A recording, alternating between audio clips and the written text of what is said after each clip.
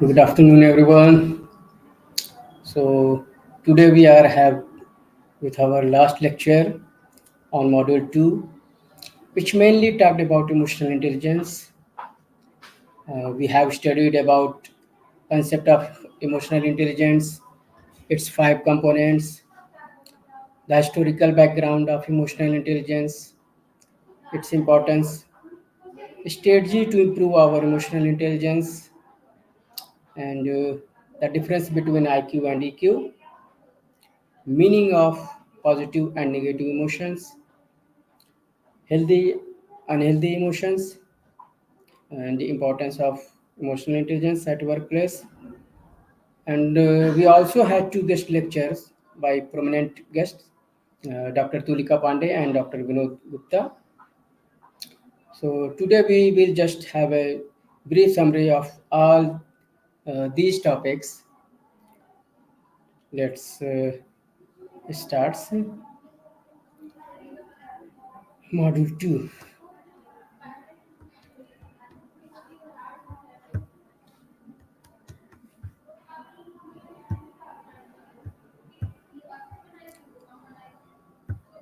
ये ऐड नहीं हो रही है तो इससे चल ही नहीं रही है ये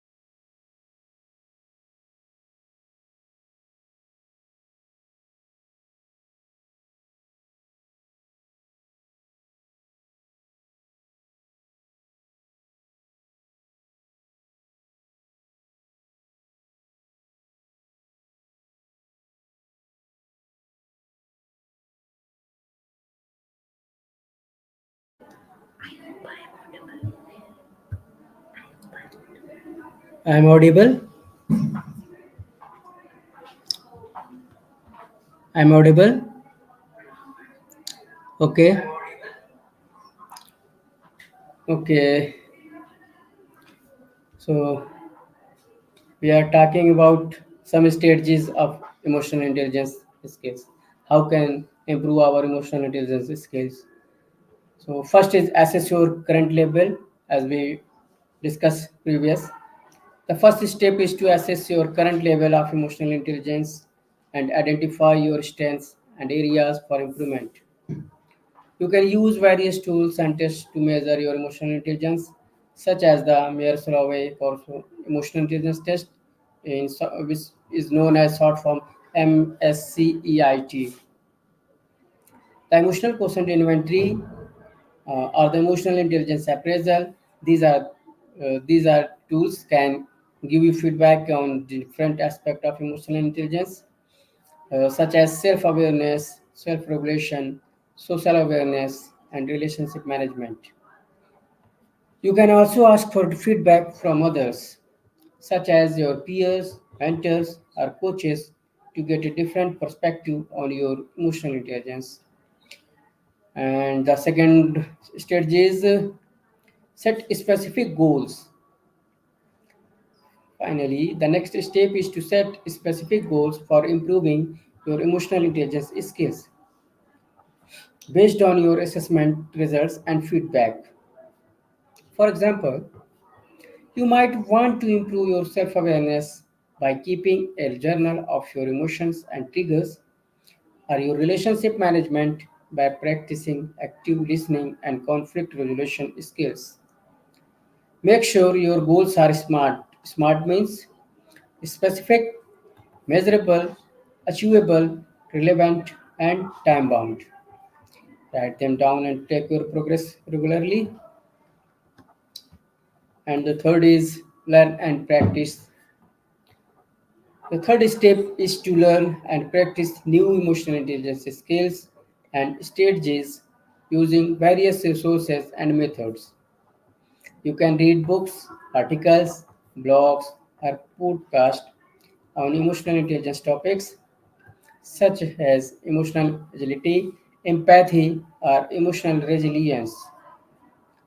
You can also enroll in online or offline courses, workshops, or webinars on emotional intelligence, or join a peer group, network, or community of practice to share and learn from others. And the most important thing is to practice what you learn in your daily work and life situations and reflect on your experiences and outcomes. And the next stage is seek feedback and support.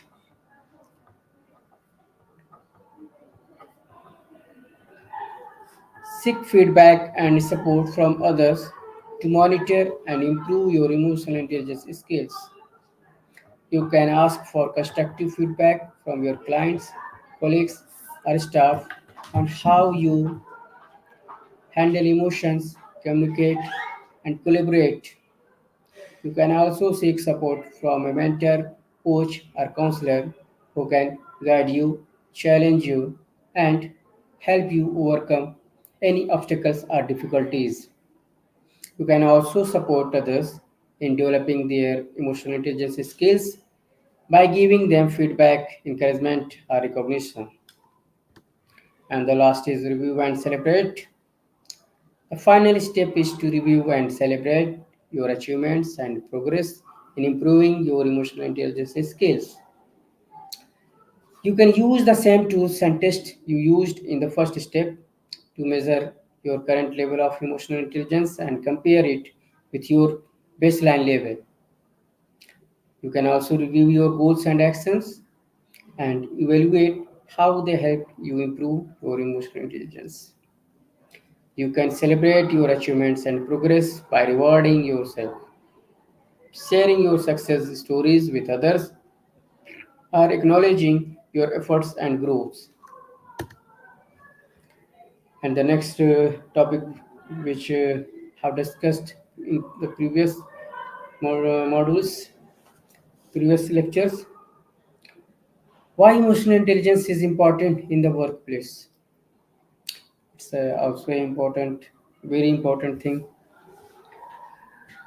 Eh, why emotional intelligence is important in the workplace? Because emotional intelligence plays a vital role in the workplace and significantly affects how employees interact with one another, handle stress, and perform their work. Benefits of emotional intelligence in the workplace. There are some benefits of emotional intelligence in the workplace. These are working towards the organization's goals regardless of obstacles there arise. Greater motivation among staff to understand their own emotions and those of their colleagues, and healthy communication that produce common goals across the business. Highly emotional intelligence persons in the workforce having a positive outlook when it comes to the job at hand. The positive relationships and deeper connections between employees, and the flexibility. High emotional intelligence means employee can respond to change effectively and handle any additional stress it brings. And it improved efficiencies with empathetic staff making decisions based on what is the best for everyone involved. And further, it's a career progression. Staff with high emotional intelligence are likely to excel in leadership positions. Emotional intelligence creates effective teams, build trust, helps with conflict resolution and crucial conversations, higher job satisfaction, higher quality of life, and high performing employees liberates your most authentic, creative, and powerful self.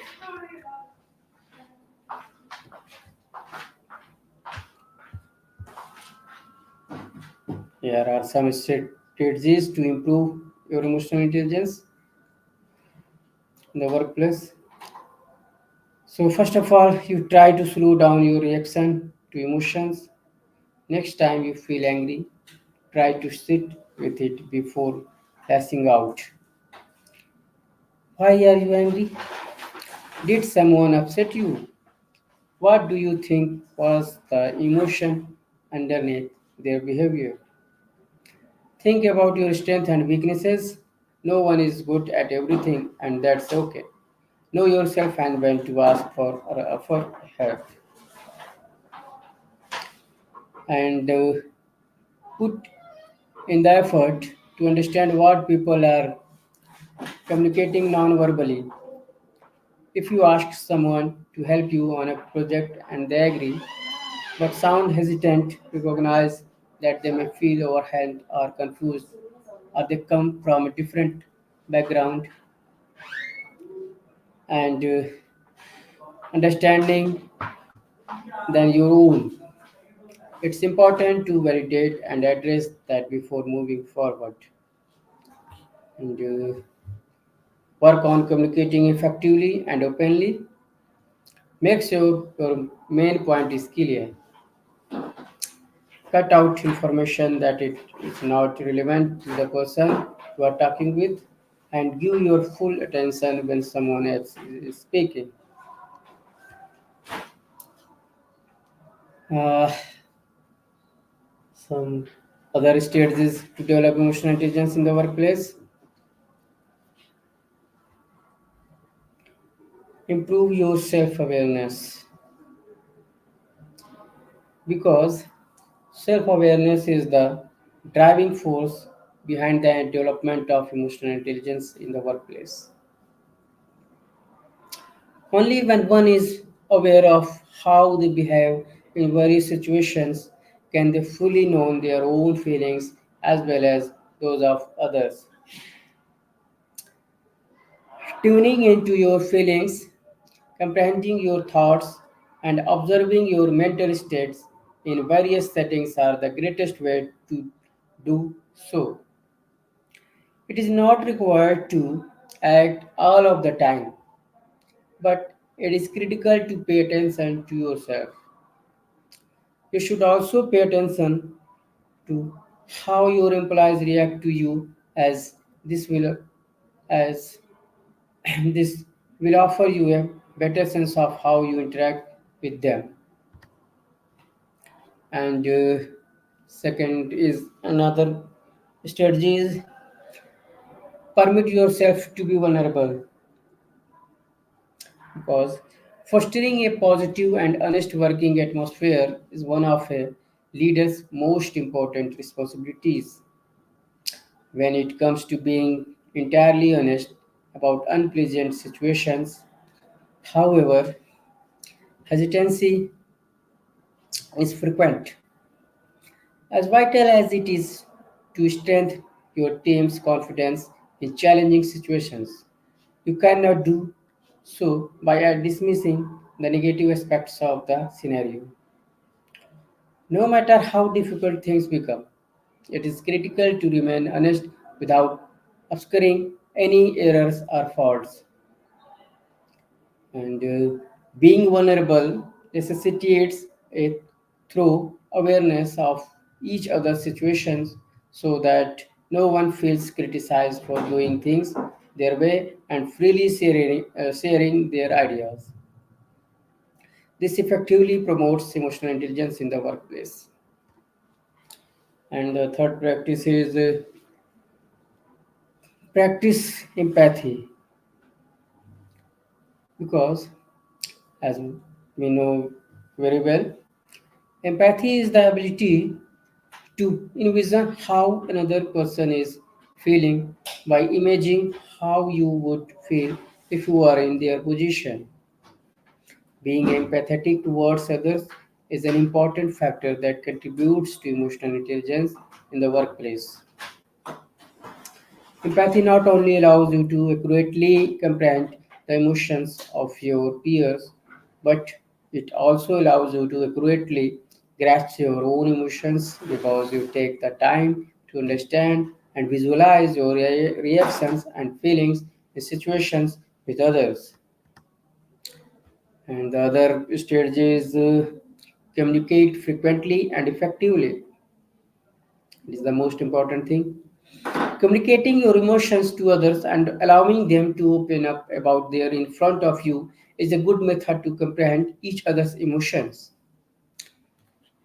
It not only promotes a positive work environment, but it also makes it easier to form healthy interpersonal relationships. It helps your staff to be more positive about their organization and leaders, because the fear of being criticized for sharing their thoughts is eliminated. Additionally, it aids in the promotion of your organization's unified vision and mission, effectively improving emotional intelligence in the workplace. And the last is identify employee efforts, which is the most important thing for emotional intelligence in the workplace, because employees are motivated to perform even better than their capabilities when their efforts to convert a project into a success are recognized.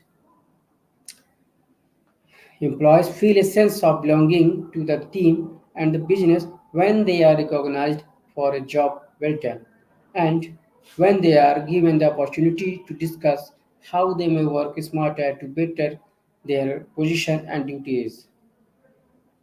It is the simplest thing leaders can do to assist their staff in improving their interpersonal relationships as well as their performance. There are some assignments for you for this module. So, the name of assignment is temperament analysis.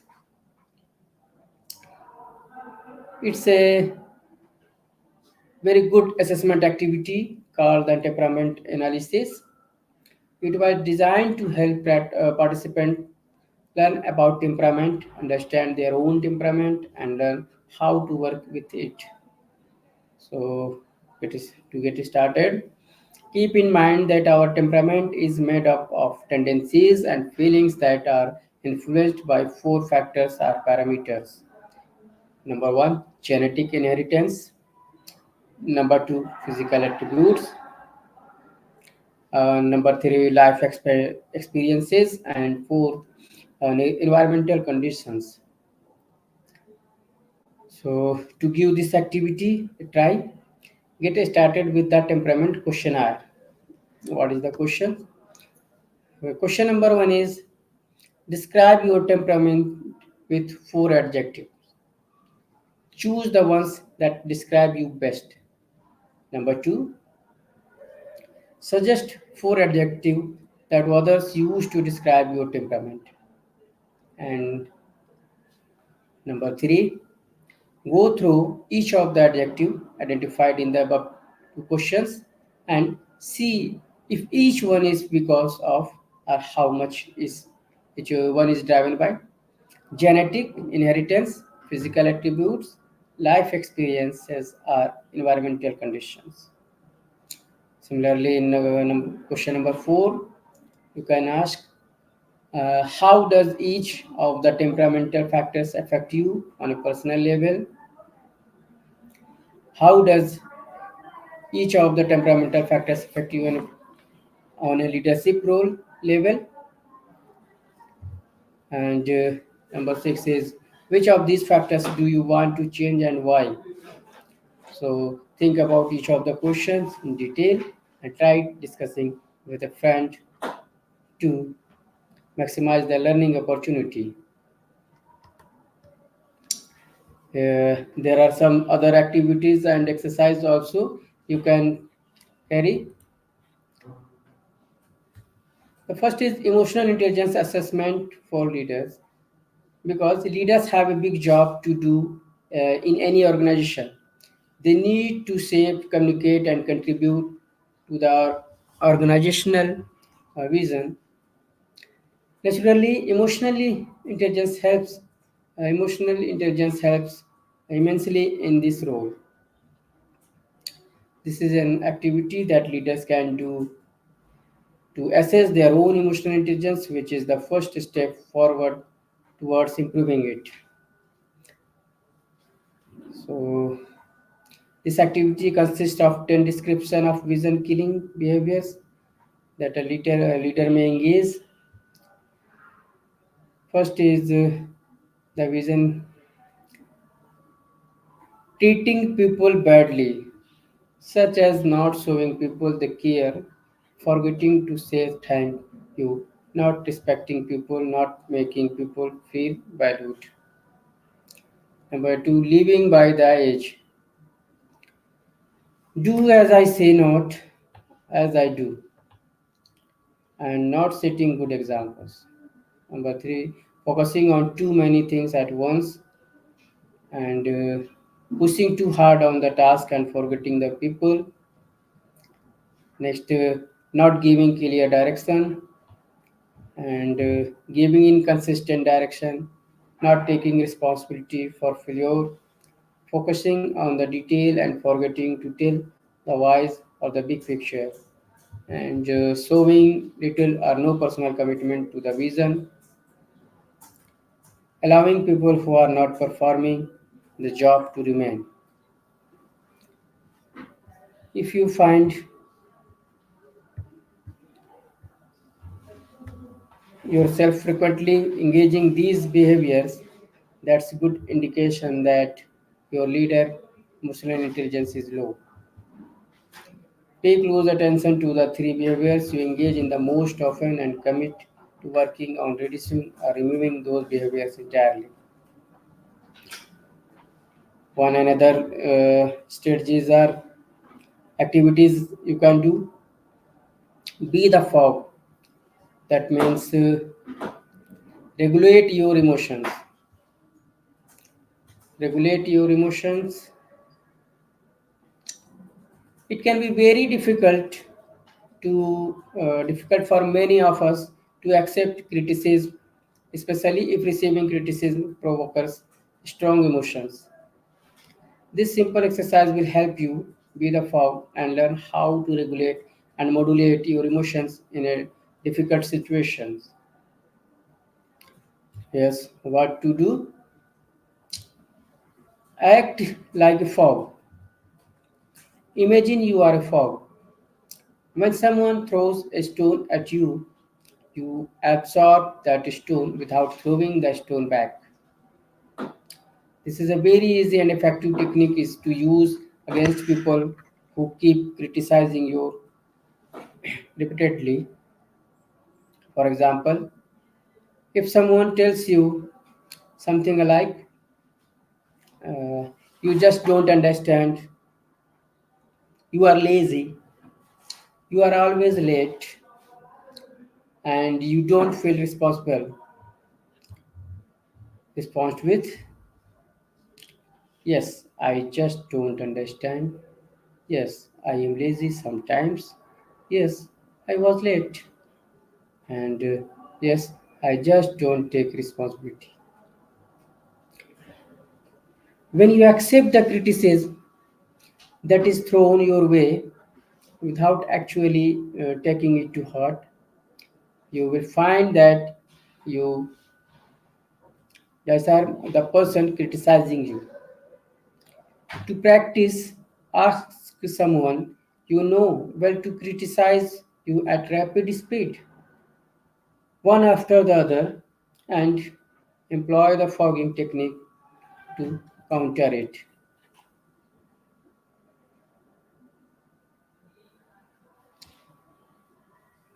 Some one another activities is accepting your emotions. This exercise can help you work on one of the most fundamental skills related to emotional intelligence, understanding and accepting your own emotions. So you will need a group of people for this activity, but you could also modify it to work with just one pair. Yes, here's how to do it. So first of all, divide your group into pairs and have them sit far enough away from the other pairs to get a sense of privacy. And have each pair decide who will go first.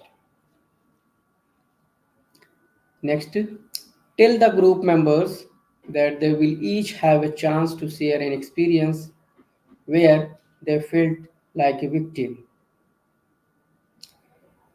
Once one partner has explained the experience, they should explain how they felt as a result of their experience in as much detail as possible, thinking about their specific feelings at the moment and how it impacted them afterward. So, allow 15 minutes or so for the first partner to share and for the pair of to discuss. Have them switch roles. If you are running this activity in a group, bring everyone back together and have a group discussing group discussion using questions like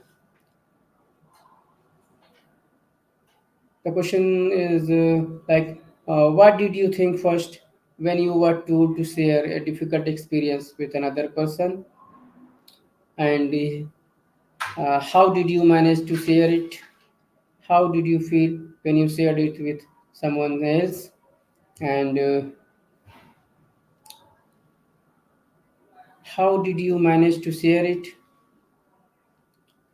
how did you feel when you shared it with someone else? How did you feel after acknowledging and accepting your emotion? Uh, does this exercise help with accepting how certain experiences make us feel and that it is okay to feel a certain way after negative experiences? Did you feel more at peace after accepting your emotions generated by your experience? And would you consider using this exercise to evaluate and acknowledge your emotions after negative experiences? And One other activities is also we can making eye contact.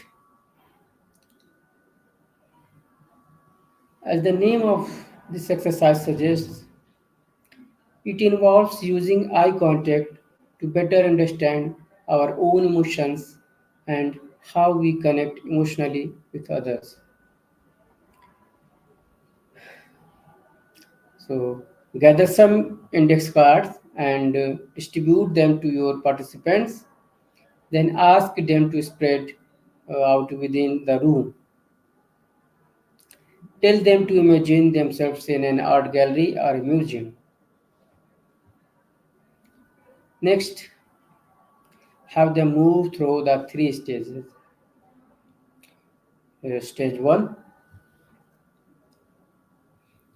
ask your participants to roam around the room as if they are in a public space while not making eye contact with anyone else. They should improvise and act the role. Allow 1 minute for this part, only 1 minute. And stop everyone and ask the participants to make a note of their feelings on their cards. Further, for stage 2, for this round, ask your participants to seek out eye contact as they go about the room. However, as soon as they have made eye contact, they should break it and look away. Allow 2 minutes for this part. And after 2 minutes, stop everyone and ask them to record their feelings on their cards. Similarly, for stage 3, in this round, ask your participants to seek out eye contact, and as soon as they have made eye contact with anyone, they should pair up with that person. They should stand side by side and do not establish eye contact with anyone else.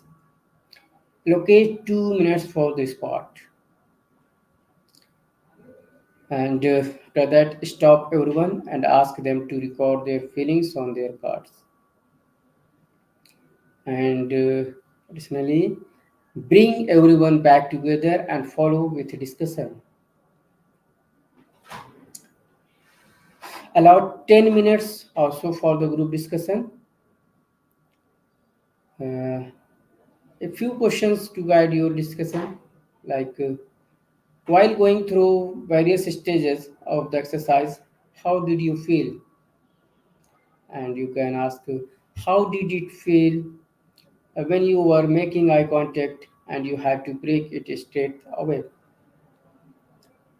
How did it feel when you made eye contact and you could approach the person to pair up? And if you are slow to pair up with someone, how did it feel to go about finding someone you could make eye contact with? Another question says that you can ask, how easy was it to make eye contact with someone? And how close do you feel with people that you maintained eye contact with? Other questions is that what preconditioning dictates our behavior in making eye contact or maintaining eye contact, and how does this compare between different societies? This exercise will help you and your group see just how vital eye contact is to emotional connections.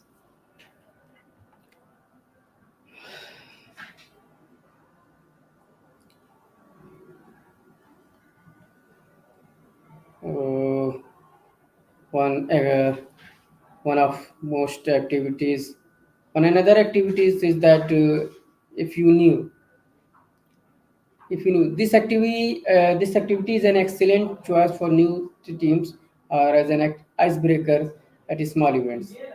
It will encourage participants to share information about themselves with others in a way that encourages intimacy and group cohesion. So, You can start with a flip chart or a whiteboard with this question on it. The question is, what was the happiest moment in your life? What was your unhappiest experience in life? And what motivates you to get up in the morning? And what do you use your money for? Who is the most important person in your life?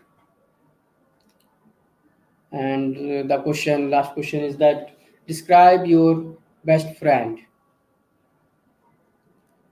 Once everyone is ready to get started, ask them all to sit in a semicircle facing a flip chart or whiteboard.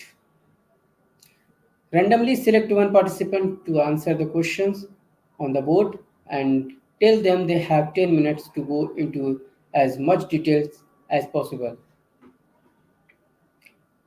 But instruct the other participants not to ask questions or interrupt during those 10 minutes. Then move on the next participants. At the end, pose this question to get a good discussion started. The question is, did this activity help you to know your team members better? And did it help explain certain behaviors and actions of coworkers? Would it be helpful to share some personal information with those that we work closely with? And did this session help clear up some of the misunderstandings between team members? So, after completing this exercise, will likely result in you feeling more connected and comfortable with the other participants and help you learn how to read emotions in other and listen attentively. So, I hope uh, I think I hope, dear students, you benefited from this module. It must have helped you with improving your emotional intelligence. These strategies and concepts will always help you at each step in your life because emotional intelligence is very important in today's world and we cannot ignore its importance. So I really hope you all will apply whatever you have learned in these classes in your practical life. So wishing you all the good luck with your future classes. Thank you. Thank you so much to all of you. Good day.